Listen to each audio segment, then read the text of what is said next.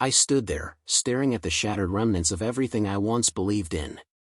The house that had been our home now felt like a prison, suffocating me with memories that weren't mine to keep anymore. She had betrayed me, and for the first time, I realized she didn't just cheat, she celebrated it. A video sent to my phone at 3 a.m. Her, with another man, bragging that she finally got what she deserved. The truth hit me like a ton of bricks. Everything I had sacrificed, every night I stayed late working to build a future for us, was nothing more than a joke to her. The man sitting across from me, the one she threw our entire life away for, was just another fool who believed her lies. I could see the guilt in his eyes, but it wasn't his betrayal that tore me apart, it was hers. She chose this over and over. And now I was done. No more lies. No more pretending. I wasn't the man I used to be. I wasn't going to be her backup plan anymore. This was my life, my future, and for the first time in a long time, I felt something shift inside me. It was time to walk away once and for all. Thank you all for taking the time to read my story. I can't express how much it means to know that my journey, my pain, and my healing are being shared with others who may have gone through something similar or who simply resonate with the raw emotions in these words.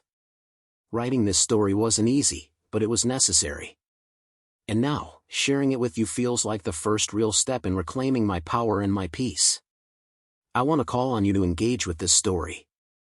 Share your thoughts, your experiences, and your advice. We all have our own battles, and sometimes, all we need is to know we're not fighting them alone. If something in this story resonates with you, drop a comment. Let's start a conversation, whether it's about moving on from betrayal, finding strength in adversity, or taking those first steps toward healing. Your words might be the spark someone else needs to begin their own journey of change. As I dig deeper into this story, I want you to be a part of it. Let's not just read this together, let's own it. Share your story with me, let's reflect, grow, and start building a future where we are no longer defined by our pain, but by our strength. The best part of healing is that we can do it together. Let's dig in. The phone buzzed at my side, jolting me awake. I groggily glanced at the screen, noticing the time, 2:45 a.m. My thumb swiped across the screen, the light harsh against the darkness of my room. It was Jamie. Her name flashed on the screen. I answered before I even registered the thought of what time it was. Her voice cracked the moment she spoke, raw and frantic. "Please, don't look. Don't open it. Please, Ryan, I swear to God, don't open it." My heart pounded as I struggled to make sense of her words. "What's going on? What do you mean?" I asked, my voice thick with confusion. She gasped, the sound thick with tears, as though she was suffocating. "I love you. Please, don't open the message. I'm begging you." The panic in her voice set off alarms in my mind. My fingers hovered over the notification at the top of the screen. A new message. Unknown number. One attachment. I had no choice but to open it. I tapped the message, and in a blink, an image assaulted my mind. It was Jamie. Barely clothed, wearing some lingerie I didn't recognize, straddling a man I didn't know. Her face was twisted into a look of passion I had never seen aimed at me. Not in years. The man was younger than me, fit, with hands gripping her hips as if he owned her.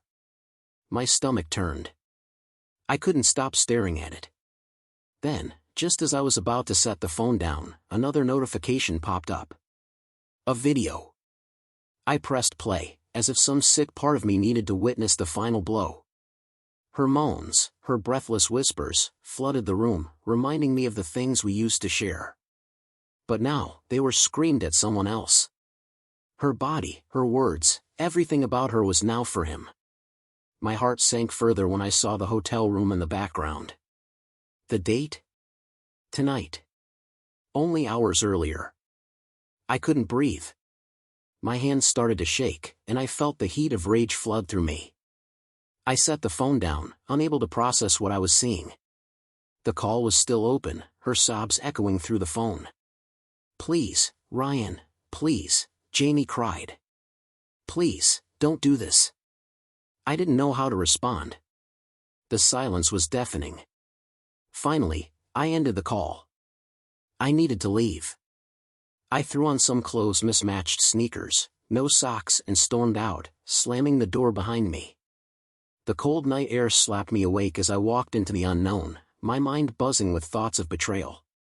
I stood on the porch, staring at the dark sky above, my fists clenched so tight that my fingers ached. My chest felt heavy, as if the weight of the betrayal was pressing down on me, suffocating me with every breath. My mind raced, but my body couldn't keep up. Every sweet word Jamie had ever said to me, every hug, every moment we shared, now felt like a lie, a joke I wasn't part of. And the worst part? It wasn't even over. I hadn't even asked her why yet. I hadn't heard the lies she was sure to pile on top of the wreckage she'd caused. But I would. And when I did, I didn't know what would happen, but God help her. I didn't even know where I was going as I pulled out of the driveway, but my foot pressed the gas pedal and the city lights blurred past me in streaks. The road seemed endless, like the world was spinning faster than I could catch up with it. My hands were white-knuckled on the steering wheel, so tight that my arms felt numb, but I didn't care. I needed to keep moving. Stopping meant thinking. Thinking meant feeling. And I wasn't ready for that. Not yet. Somewhere between a gas station and an abandoned shopping mall, my phone buzzed again. Jamie's name flashed on the screen. I let it ring. It stopped. Then another message appeared. Ryan, please come home. We need to talk. I can explain. Explain? Explain what? How she'd fallen into the arms of another man like it was nothing. How she'd let him touch her while I worked my ass off to save up for our vacation, for our future. How she had moaned in his arms while telling me she was tired and needed space. I couldn't help it.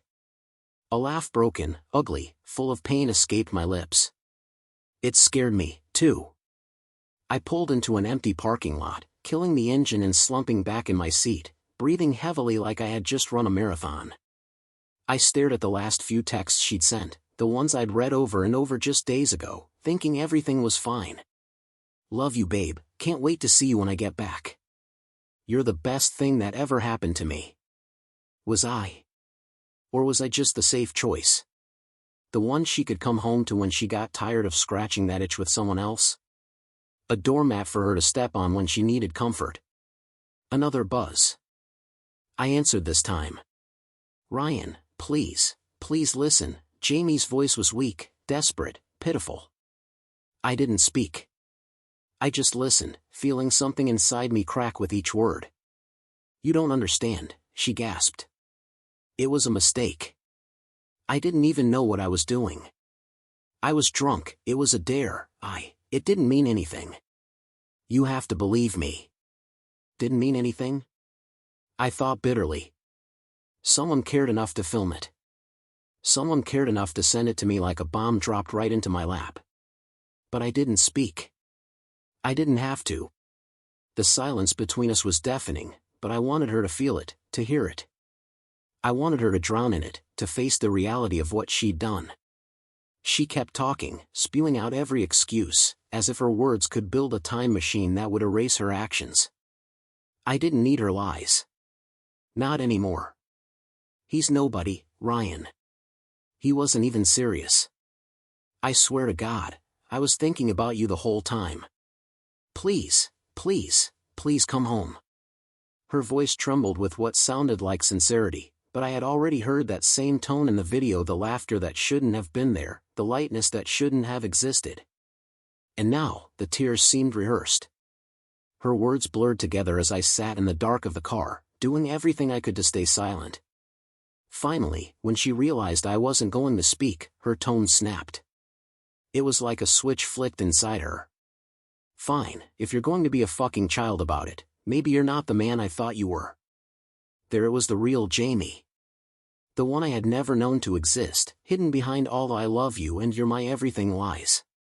The mask slipped, and for the first time, I saw her for who she truly was. I hung up, and the rage boiled inside me, sharp and hot. My fist slammed into the steering wheel and the horn blared into the silence of the night, but it didn't stop the storm inside me. I didn't stop. My knuckles split open, blood mixing with the pain as it overtook me. I looked down at my hand, and all I could think was, this is what loving her got me. Blood. Silence. A future that had crumbled to ashes at my feet. And deep down, something darker whispered, you're just getting started. By the time I pulled into the driveway, the first streaks of morning bled into the sky, painting it a muted gray. I sat there for a moment, the engine idling, staring at the front door like it was a gaping mouth waiting to swallow me whole. Her car was parked in the driveway, of course. She was inside, waiting. I imagined her rehearsing her lines, getting the right amount of tears ready, practicing how to tilt her head just right, hoping I'd still, somehow, feel sorry for her. I killed the engine, grabbed the steering wheel tight, and braced myself. Then, I stepped out. The porch light flickered above me, a fitting omen. When I opened the door, the house didn't smell like home. It smelled like fear. Fake vanilla candles in desperation. Jamie stood in the living room, barefoot, her hair a mess, makeup smeared from crying. She held a crumpled tissue in her hand like it was a shield, hiding behind it, hoping it would protect her. The second she saw me, her face crumpled again, and she rushed toward me, arms outstretched like some kind of tragic movie scene. Like I was going to catch her and make everything okay again. I stepped back. She froze mid-stride, her mouth opening and closing, struggling for the right words. Then came the excuses. Ryan, I swear to God, it wasn't planned. I didn't even know him. He was just there. It was a mistake.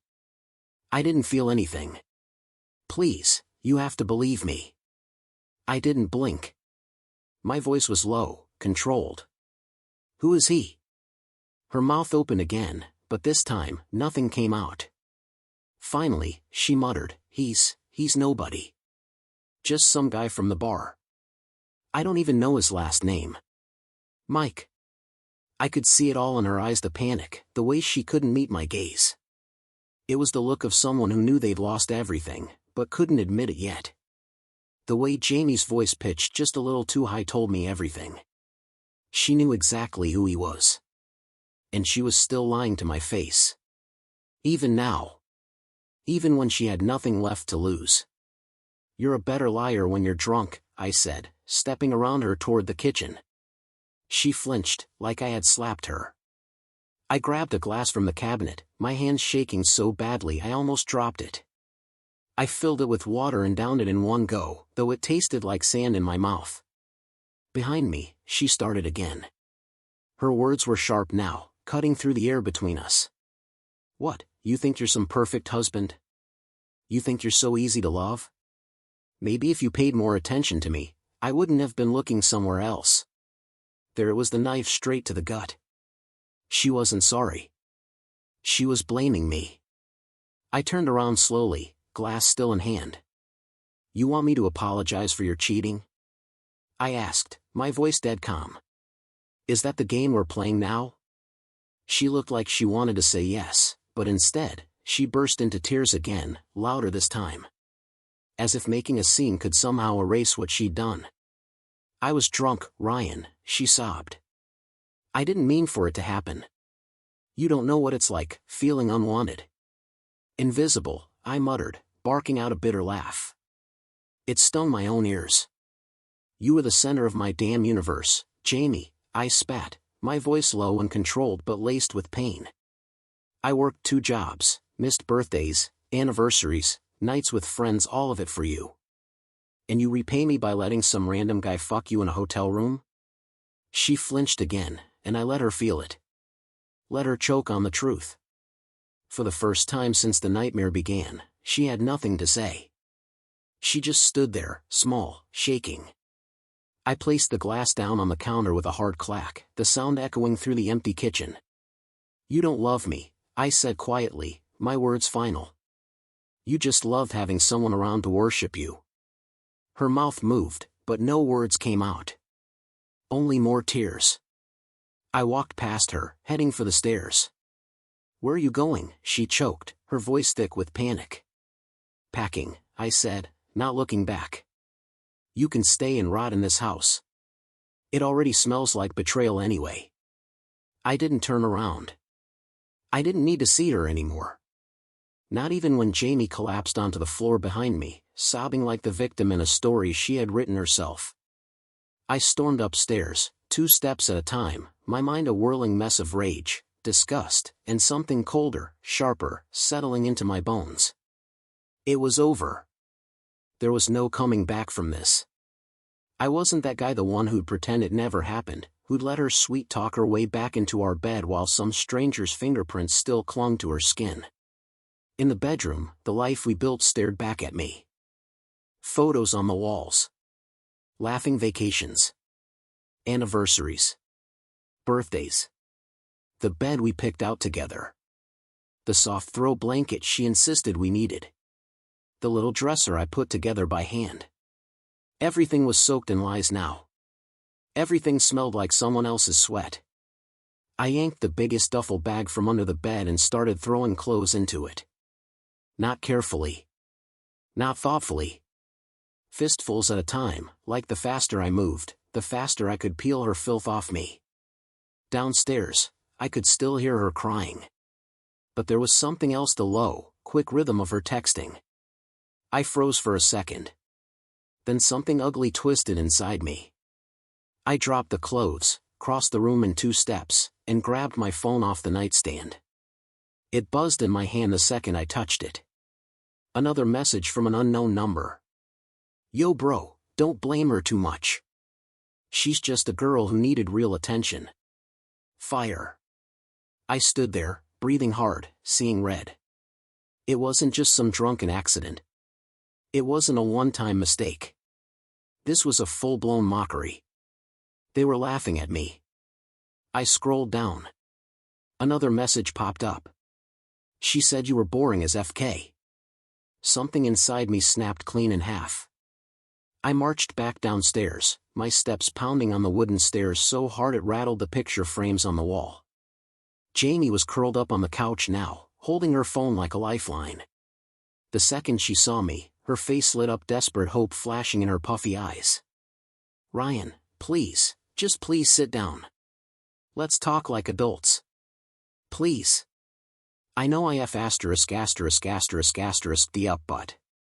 I tossed my phone onto the coffee table hard enough that it slid across and hit a coaster, spinning. "Talk to your little boy toy," I growled. "He seems to think he knows a lot about our marriage." Her face drained of color, like someone had pulled the plug on her. "You're texting him?" I asked, voice steady and controlled, the anger just beneath the surface. "Begging him to what? Keep quiet? Comfort you?" No. It's not like that, Ryan, please. You're unbelievable." She tried to get up, stumbling over her own feet, hands shaking. "I'm just trying to fix this. I'm trying to protect us." "Us?" I spat. "There's no us. You blew us out of existence the second you spread your legs for him." The words slapped her harder than anything physical could have. Good. She deserved it. She deserved to feel it sink into her, just like the knife she drove into my back. For a long second, we just stared at each other, 2 strangers, 2 enemies, standing in the ruins of a marriage neither of us recognized anymore. Finally, her voice trembled. "Ryan, please don't leave. Please. I'll do anything." I looked at her, this woman I once would have burned the world down for, and felt absolutely nothing. "You already did enough," I said quietly, my voice flat, devoid of any emotion. I turned and went back upstairs. This time, I packed with purpose. This time, I packed like a man who knew exactly what he was walking away from. And for the first time since 3 a.m., I felt the weight of the decision light as air, and heavy as lead all at once. I felt something close to calm, because whatever came next, the yelling, the crying, the lawyers, the gossip, none of it could touch me anymore. Jamie had already done the worst thing imaginable, and I had survived it. Barely. I shoved the last of my things into the duffel bag,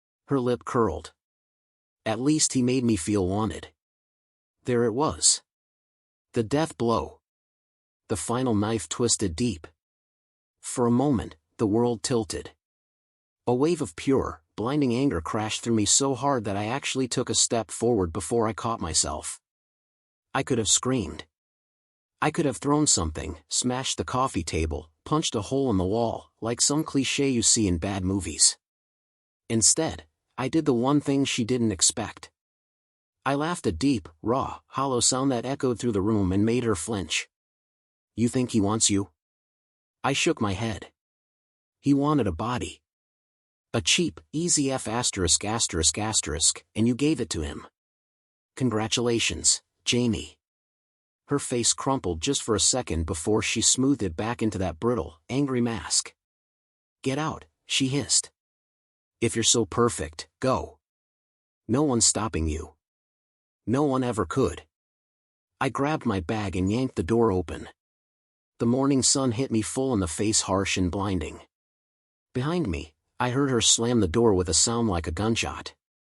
Good. Let her sit in the house she poisoned. Let her drown in it. I didn't look back. Not once. The only thing I allowed myself was a deep, shaking breath as I stood on the porch, feeling the cold morning air bite at my skin. I was free, bleeding, broken, furious but free. And somewhere deep inside, a new thought started to flicker. This wasn't the end. It was the beginning. My beginning without her. The second my feet hit the sidewalk, it felt like a goddamn reset button had slammed down on my life. But it wasn't clean. Freedom doesn't come wrapped in pretty paper. It comes dripping in blood and shame, with 1,000 what the F*** just happened, thoughts gnawing at your brain. I threw my bag into the trunk, slammed it shut, and sat in the driver's seat, staring at the steering wheel like it might tell me what to do next. Where do you go when your entire life burns down at 3 a.m.? I had no plan, no friends nearby I could crash with. Family? Too complicated. They'd want explanations. They'd ask the wrong questions, the kind that cut deeper than Jamie ever could. So I just drove, nowhere in particular, miles bleeding into miles. The road stretched out like an escape tunnel I wasn't sure I deserved. At some point, I pulled into a crappy motel on the edge of town, the kind of place you wouldn't even look twice at unless you were desperate or running from something. The guy at the front desk didn't even blink when I handed over cash. Just slid me a key without a word. Room 107 smelled like bleach and bad decisions. I dropped my bag on the floor and sat on the edge of the bed, elbows on my knees, head in my hands.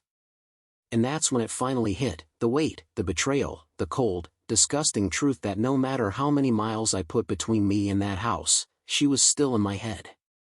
Her laugh. Her touch. The way she used to curl up against me at night and murmur that I was her safe place. All of it infected now. All of it fake. I sat there for hours, didn't cry, didn't scream, just existed like a ghost in a stranger's body. My phone buzzed somewhere deep in my bag. I ignored it. Buzz. Buzz. Buzz. Finally, I dragged it out and checked. 20 missed calls, 14 voicemails, 35 text messages, all from her. I didn't even bother opening them. I deleted every single one without listening or reading. If she wanted to beg, if she wanted to rage, if she wanted to play victim, she could do it to the empty walls of that house, not to me. Not anymore. I thought about blocking her. Hell, I thought about throwing the phone out the damn window. Instead, I opened a blank message and typed, "We're done. Don't contact me again."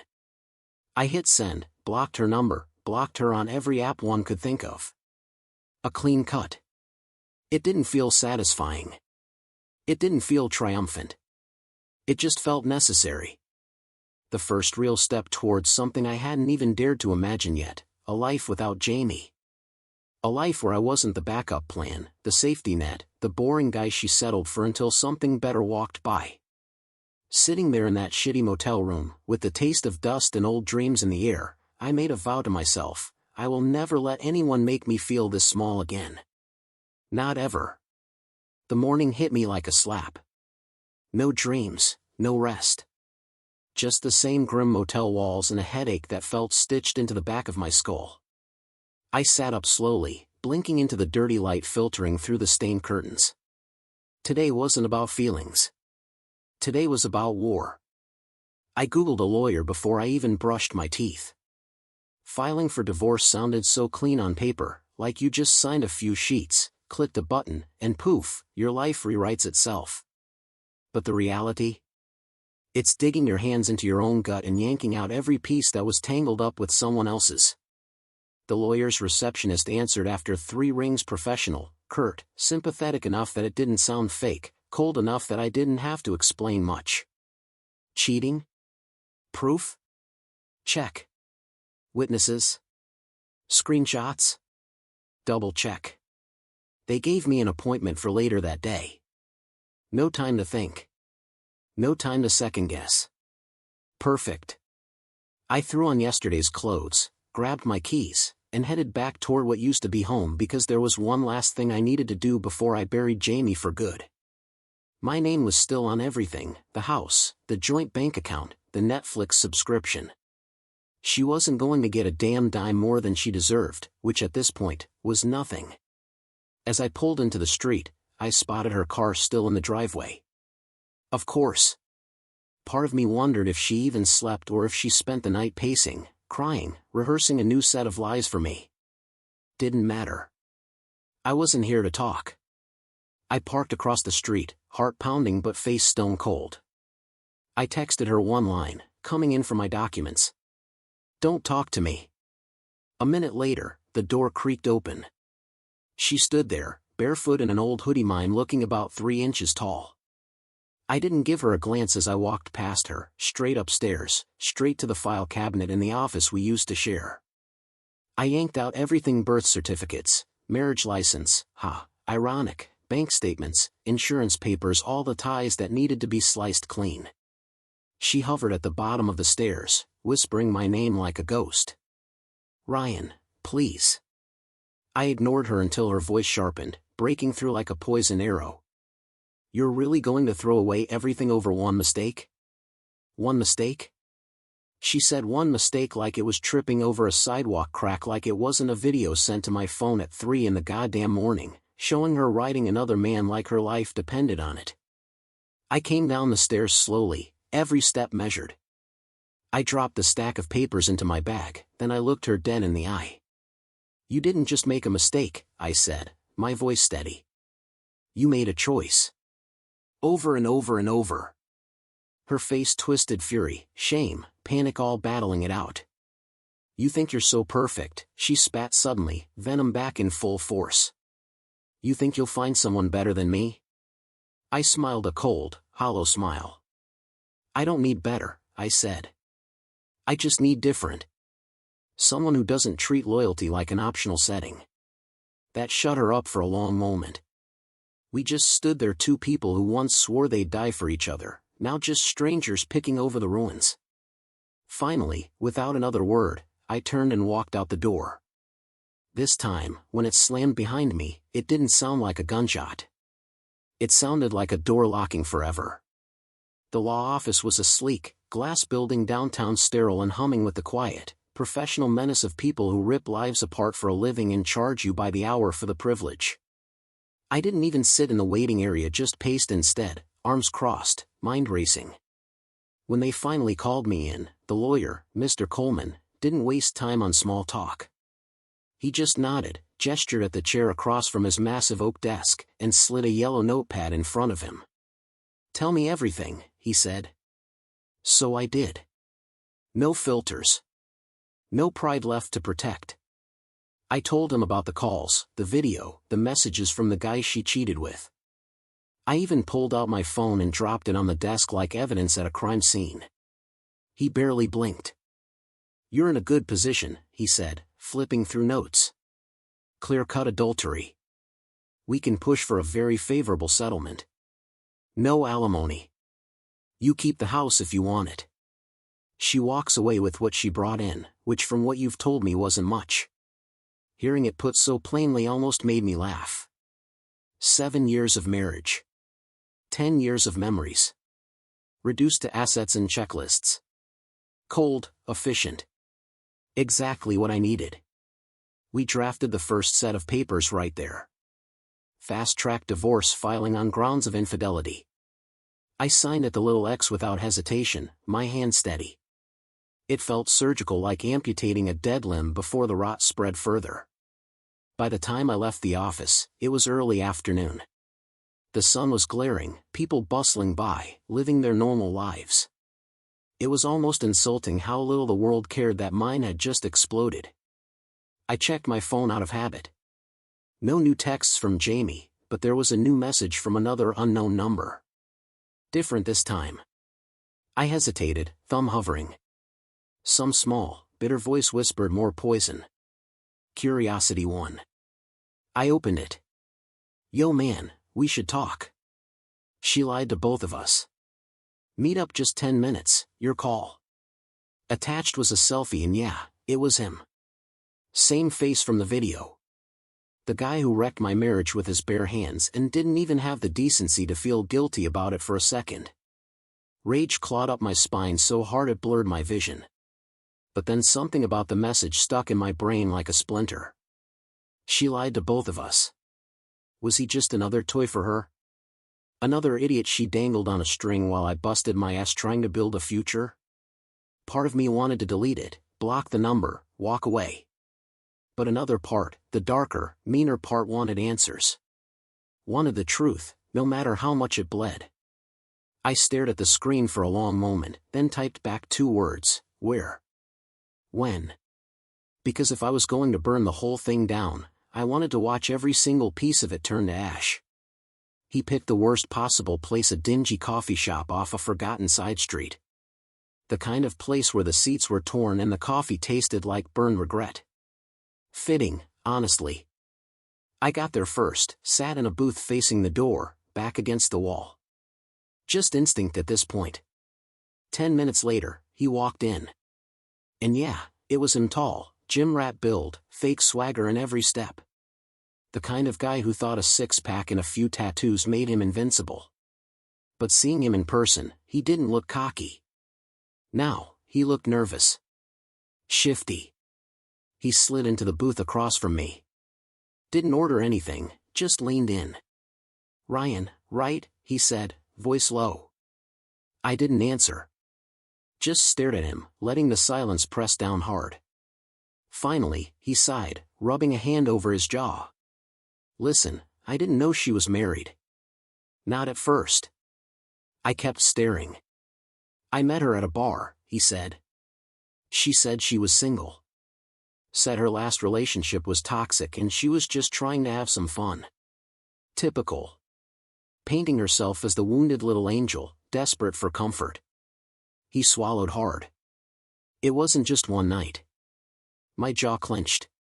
I thought we had something real, he said, laughing bitterly. I didn't find out about you until I saw a framed wedding photo on her dresser. Dresser. Our dresser. The one I bought when we moved into that house. The one I spent 3 hours putting together. Because she said she wanted something classic. The room spun for a second. I kept seeing her even after that. You kept seeing her? I asked, my voice ice cold. He flinched at first. She told me you guys were separated, he muttered, his eyes glued to the table, avoiding mine. That you were just roommates now. That she was scared to tell you she moved on. I laughed a sharp, humorless sound. Of course she did. Why take responsibility when you can build a web of lies and sit in the middle like a goddamn spider?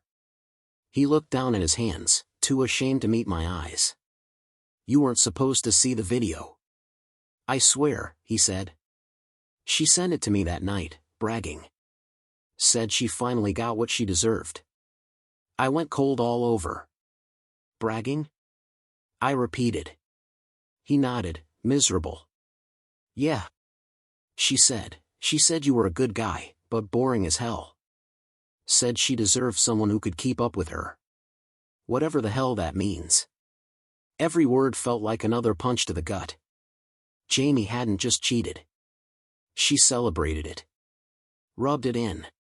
Mocked everything we had with a stranger she barely knew.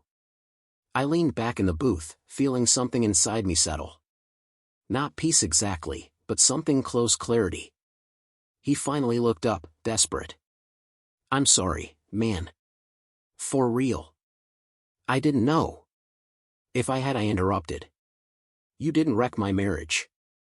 She did. He blinked, and it was true. He was a symptom. She was the disease. We sat in silence for a minute, two men who should have been enemies but were really just collateral damage in the same wreck. Finally, I stood up. No hard feelings, I said. But stay the fuck out of my life. He nodded, ashamed. I walked out without looking back. The sun was starting to set, bathing the broken city in blood-red light. Fitting, I thought. Everything was dying, but something new, something meaner, stronger was clawing its way up through the ashes inside me. And for the first time in a long time, I didn't feel afraid of what came next. The motel room felt different when I came back that night. Still smelled like bleach and cheap soap. Still had that busted lamp in the corner. But something in me had shifted. Maybe it was hearing it straight from the guy. Maybe it was seeing so clearly what Jamie really was. Or maybe it was just realizing that no matter how bad it hurt, I survived it. I sat on the edge of the bed, staring at my packed duffel bag, and realized I wasn't running anymore. I was starting over. It wasn't going to be clean.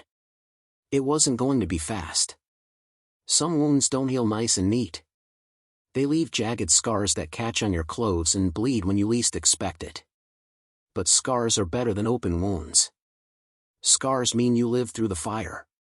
In the following days, everything moved fast. Papers filed, joint accounts closed, a for sale sign hammered into the front lawn of the house we once called ours.